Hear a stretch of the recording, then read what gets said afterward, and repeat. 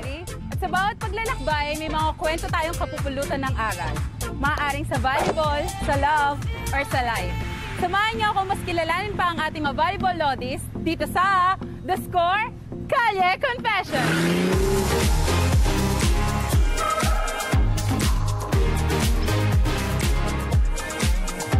Dahil Kalye Confessions ito, lahat ng ating guests ay makakasama natin dito sa aking munting tahanan. Charot.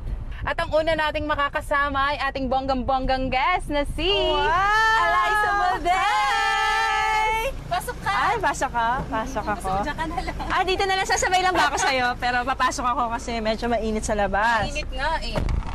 Anong connect? Kasi dapat lagi kang ready. So, ilalagay mo yung mga gamit mo, sapatos mo, kahit ilang sapatos nasa sasakyan. Tama. Kasi kailangan mo yun. Minsan, bigla na lang madudumihan yung shoes mo. Or paminsan. May time na ba na may training na wala kang dalang shoes? Oo! Ang hirap nun, Isa yun sa mga memorable moments ko. Alam mo kung bakit? Galing ako sa Taiwan noon. Tapos, yung flight ko that day, dumiretso ako sa training. Wala pala akong sapatos. Wala kang sapatos. O, May diba, knee-pads ako. May socks ako. At Wala least akong may sapatos. knee-pads ka. Ang importante doon yung tuhod mo. Ready ako. So, unang-una, Lai, welcome dito sa Kalye Confessions. Ang pinakaunang volleyball segment ng The Score. Oo. At isa namang karangalan talaga. Congratulations sa'yo. Oo nga. Ito ba ang first hosting? Wow! Kamusta naman? Ikaw talaga Bakit yung ako yung tinanong mo? Hindi. Tanongin. Kumusta? How does it feel? Masaya, masarap sa pakiramdam. May nare-recognize ka nila. At talaga namang confessions ang iyong title, ha? Kasi gusto ko talaga na meron kang maikwento at mailabas sa mga fans. Alam mo yun, yung mga kailangan at mga gusto mo, or kahit may mga ayaw mong sabihin sa kanila, dito, ma-open mo yun. Pero i-air mo ba to? Depende. So, kumusta ka nga? Okay naman. Anong routine mo? Kumusta ka routine ngayon? ko? Anong ginagawa mo araw-araw? Saka tumatambay, patambay din. Every day, siguro, yung normal day ko, I would train every day. We train 6 a.m. in the morning until 9. So anyway, yan yung ginagawa ko. Training lang, preparing for reinforced conference na, ayan, na malapit na. Malapit na yung U-Up. Siyempre, lahat tayo excited para sa U-Up. Ano bang team yung excited ka na magharap? Ano bang team? In the UAAP? Oo, U-Up. Napakahirap na tanong. Alam mo, sobrang excited ako sa UAAP kasi syempre, hindi na ako yung nape-pressure pag may...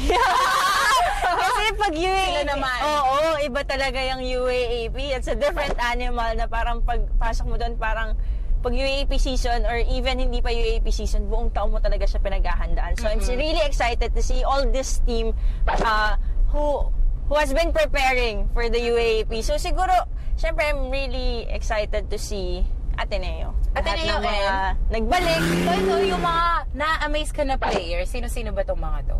Arya Galang is one. Solid. Because hindi din siya ganun ka-gifted ng height, pero ganun naman siya ka-gifted ng volleyball IQ.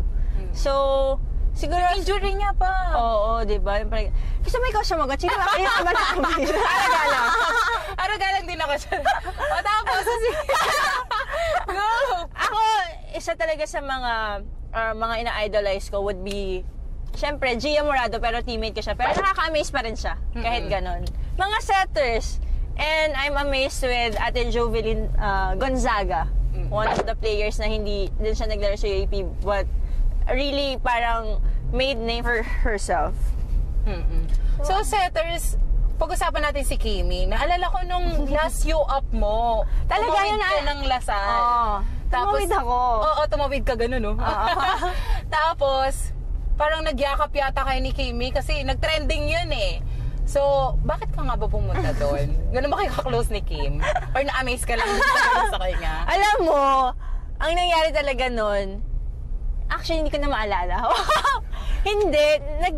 I think, nag-end up talaga, nasa side ako ng Lasal, tapos nagsa-celebrate sila. Tapos nakita ko si Kim, so hinag ko si Kim. Tapos, na-realize ko, hindi ako makadaan sa gitna. Kasi nagsa-celebrate yung Lasal. So, nahihiya naman ako na parang nasa gitna ako.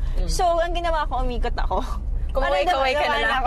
Kumaway-kaway ka na lang sa mga fans. nag-thank you lang din naman ako. But I didn't really realize na I was really going around to thank all those fans na really supported everyone. Tsaka Not only sobrang our dami. team but really Lasal appreciate the game itself. So, grabe talaga. And really thankful na nag-respond naman sila nung umikot ako. Kasi kung umikot ka lang, kaso lang ano-ano doon, parang ano bang ginagawa nito nila? Oo. Nag-iikot-ikot. Pero ayun, maraming salamat at pinagbigyan nyo ang hindi niyo ako wala nakapigil sa akin, hindi ko na rin alam siguro yung nangyayari nun. But I thought I really had to say thank you to everyone. Wow. Ano? So ito nga, dahil pinag-uusapan natin yung U-Up, balikan natin yung last season mo sa U-Up. Bakit ba natin kailangan balikan? Ganun talaga, yung binabalik-balikan Bakit? talaga. Bakit kailangan balikan yung mga masasakit na mga nangyari sa atin? Gano'n ba kasakit yun? Gusto naming malaman talaga, gusto namin paramdam sa'yo kung gano'n kasakit yun na Liza. Hindi, alam mo, it was siguro a painful exit for me talaga. Kasi everyone, alam mo yon, pag last year mo, binibigay mo talaga lahat para manalo. Ayaw mong umalis ng college na, syempre, hindi ka na nanalo. And really worked hard for that. Kasi siguro, isa din sa mga reason kung bakit sobrang lungkot ko. Pero syempre, hindi na kami kompleto ng mga batchmates ko. Parang naiwan kami ni Kiwi o Humiro nun. And then, yung mga iba rin, mga rookies na, mga bata na. So, mas lalo akong ginanahan na hanapin, mas mag-push pa kung ano yung mga dreams na pwede ko pang abutin. And it was really playing out of the country. Parang nahanap ko po yung, syempre, nahanap ko rin yung sarili ko sa paglalaro sa ibang bansa. Parang dun ko rin na-realize na parang, ang dami ko pa palang pwedeng matutunan, dami kong pang kailangang malaman sa volleyball. Siguro kaya, sabi ni Lord, kailangan mo munang matalo sa last year mo. Para may sakit, pero for sure, ibabalik namin sa'yo with, syempre, mga rewards din. So, marami, Lord, thank you so much. Wow! Biglang gano'n. Oo. So, ramdam mo ba yung impact mo sa volleyball? Sa kabataan, sa mga player Natatawa ngayon. ako. Yung bad trip ko sa'yo, ramdam mo. Kinakabad trip mo sa akin, girl. Kasi likot ng kamay mo eh. Yung cellphone ko nga, biglang nawala.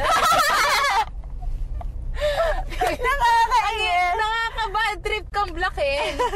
So, yun ang ramdam mo ba? Hirap naman sagutin ng tanong na yun. Hindi ko po... Sa totoo lang, hanggang ngayon kasi, na-overwhelmed pa rin ako na nakikilala Nakikilala tayo ng mga tao. Kasi parang tapos na tayo sa UAAP eh. So parang, saan nila tayo nakikita? Ibig sabihin, ang tindi ng impact mo sa kanila. Ano ba? Paano? Dulo. Gano'n ka wow! Solid spike eh. Or solid block. Hindi. Ako lang, ramdam ko lang kung gaano na-recognize yung volleyball dito sa Pilipinas. Which is where, like, all the volleyball players would be, we're thankful for that. And sana po patuloy lumaki yung Philippine yung ulo namin, yung volleyball dito sa Pilipinas. Maging successful din tayo, hindi lang siguro locally but also internationally, di ba? More than just volleyball we're really parang Family na rin. ko talaga. Hindi, nai-inspire din talaga natin lahat na parang mag-sport, hindi lang volleyball. Alam mo, nai-incline yung mga tao na manood ng sport. Wala, nakakatawa lang. Hindi ka ba natutuwa? Wala, nakakatawa. Ewan ko. Siyempre, natutuwa ako. Natutuwa ka ba? Wala, nakakatawa. Anong ugali mo yung ayaw mo? Hindi ko alam. Ano bang ugali ko? Ay, nakakainis. Siyempre, mga kasagot lang nun yung... O, tanongin natin si Keeper. Ay, go siya agad! Wala, busy. Wala pa, hindi mo ba? Sige nga. Ganyan, try natin ha, kasi baka nasa training siya. Ano ba yan? Wow, ako na-excite. Tapos... Pero sa tingin ko... Pero kung ikaw talaga, pili ka lang. Pili? Ayan. Ayun na siya. Hello? May tanong sila. Naka-ano ka, record ka? Pero voice mo lang. They have a question. Ano daw yung pinaka-nakakainis na ugali sa akin? Umayos ka ng sagot. Umayos ka. Pinaka-nakakainis na ugali? Oo. Umayos ka. Siguro yung yung hindi ka marunong makinig. Pag pagod ka na, laro ka pa rin ng laro. Pag injured ka na, laro ka pa rin ng laro. Fairness. Galing mo sumagot. Nakakainis. Yun ang pinaka-nakakainis. Ako, hindi mo ba ako tatanungin kung ano nakakainis sa ugali ko? Ayan lang. Hi ka to everyone. Show your face. Hello everyone. Hello, everyone. Yay! Alright, ingat kayo. Bye! Bye! Naligtas ka doon, Laya. Akala ko pa naman may masasabi na siyang kakaiba. Napag-uusapan niyo na ba yung kasal? Siguro na in passing lang. Parang, uy, ano na. So, Nadaanan lang. nadadaanan lang din. Pero, syempre, hindi naman din pabata yung age natin, Oo, di ba? So, di rin may iwasan na napapaisip ka din. It's a matter of Kapag siguro hindi mo ako in-invite, time. self-invite ako. You're gonna crash the wedding. True. Kaya talagang push ako dyan. Hindi. Kahit saan pa yan, gugo ako dyan. Oo. Time lang yan. May dadating na siguro. Sabi daw nila ganon, yung bigla na lang, ito na yun. Yung, Ito na. Oo, yung, hindi ko alam. Tingnan natin. Sa bolang kristal. Bakit sa akin hindi ako bolang kristal? Maitim na bola. And thank you at pinaunlakan mo kami maging guest ka dito sa Bonggang-Bonggang Kalye Confessions. Wow, sobrang bongga naman talaga nito. Oo, binonggahan ko na. Di ba naman bobongga kung ikaw yung guest ko? Wow. At sobrang dami na natutunan sa'yo ng ating mga viewers. Nalaman pa nila yung ibang side ng story mo and love life mo. At ngayon, nandito na tayo sa ABS. Maraming salamat ulit, Lai. Thank Samahan you niyo kami po. ulit next week. More chikahan at galaan dito lang sa Kalye Confessions! Bye-bye! Bye! Bye, guys!